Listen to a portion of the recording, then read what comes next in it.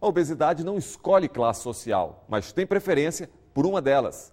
Pais obesos, filhos doentes. Acompanhe. O excesso de peso que a gente fala, que eu disse, é encontrado em todas as faixas etárias, todas as classes sociais. Infelizmente, na classe A é a mais estreita na proporção da obesidade, a classe B é intermediária, mas a classe C, repito, infelizmente, toma conta e de goleada, é elas que precisam ser atacadas. Eles precisam de informações, eles não têm que ter televisão, eles têm que saber a verdade. Os recursos deles são mingos.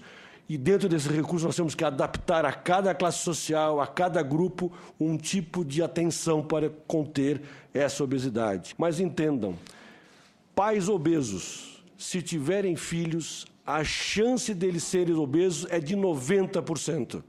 Porque é na infância que as células adiposas tomam força e não conseguem ser extraídas. E a luta desse indivíduo será muito maior. Por isso que os métodos não servem para todos. Nós temos uma digital, é um tratamento individualizado. Isso é muito importante, porque a genética ela é também importante nesse momento. Estou mostrando dados aqui que variam de 74. E vocês podem ver com qual tristeza nós temos aqui excesso de peso, crianças 5 a 9 anos, entre 74 e 2009, de 10,9 nos meninos para 34,8. Nós temos aqui dado do próprio Ministério nas meninas, de 8,6 para 32. Eu posso aumentar dos 10 aos 19 anos a faixa etária e eu vou ter a mesma escalada. O que me assusta muito é que os homens passaram as mulheres, e isso é muito interessante. E ainda estamos em 19º, não em 15º no ranking mundial. Posso mudar para mais de 20 anos lá de idade, e aí é fase de pós-formado, fase produtiva, e esse gráfico não muda, ele não muda. E eu estou falando de 74 a 2009. A obesidade, ela é considerada um desbalanço entre ingestão de alimentos que vão proporcionar energia e o gasto energético. Importante salientar que se uma dieta é muito restrita em energia, você não vai conseguir adquirir os micronutrientes que o organismo necessita, principalmente minerais, vitaminas, compostos bioativos. E as políticas públicas para combater a obesidade, elas deverão proporcionar ações contra o sedentarismo. Lembrar que dietas com menos de 1.200 quilocalorias não fornecem os micronutrientes necessários. As pessoas não sabem como preparar adequadamente os alimentos para manter o valor nutricional e eles devem também ser informados sobre os riscos de insegurança alimentar. Os minerais, eles atuam tanto no metabolismo energético como na secreção e ação de insulina, e evidências existem de que uma má distribuição ocorre nos indivíduos obesos desses minerais. O zinco está relacionado com alterações no metabolismo do tecido adiposo, na resistência à insulina e na obesidade. E quando eu tenho um baixo teor de zinco nas dietas, eu aumento os níveis circulantes do neuropeptídeo Y, que pode levar a uma resistência, e que é um hormônio importante para a saciedade. Ele afeta a homeostase de alguns neurotransmissores hipotalâmicos. Então, a própria vontade de comer, a própria falta de sensibilidade de que o organismo já está satisfeito, pode ocorrer devido à deficiência de zinco. Mais recentemente, também foi observado que pessoas obesas possuem maior concentração de cálcio intracelular. E esse cálcio intracelular ele pode regular a lipogênese e a lipólise em depósitos humanos.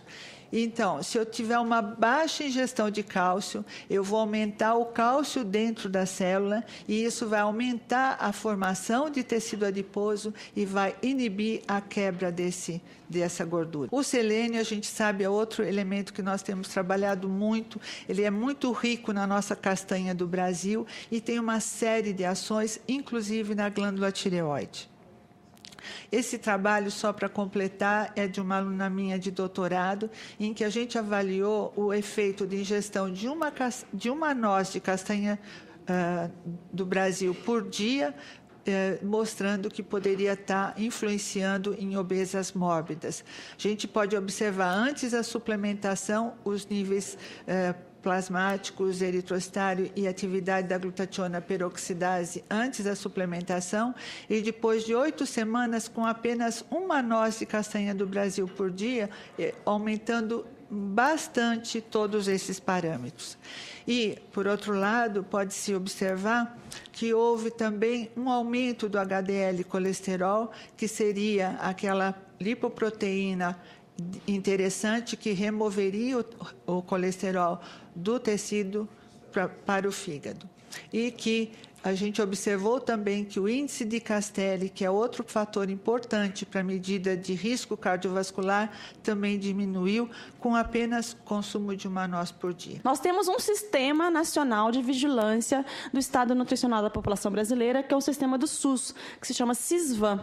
Esse sistema é coletado no dia a dia do acompanhamento de cada usuário do Sistema Único de Saúde na atenção básica, que tem indicadores de peso, estatura, aferidos pelas equipes de saúde, e colocado num sistema que vai permitir conhecer essa realidade. Isso é, no geral, 23% da população brasileira usuária do SUS hoje participa desse sistema, e se eu pego faixa etária das crianças menores de 5 anos, isso chega a 50% das crianças já sendo acompanhadas. Como bem dito também, e lembrado pela senadora Ana Amélia, a primeira iniciativa de prevenção da obesidade é promover o aleitamento materno, porque o aleitamento materno, ele já tem estudos que mostram que ele protege a saúde da criança e ele previne a obesidade e a imunidade da criança. E que o aleitamento materno ele tem que ser acompanhado de uma alimentação complementar saudável, ou seja, que a criança seja amamentada exclusivamente até o 6º mês e depois de forma complementar até o 2º ano de vida,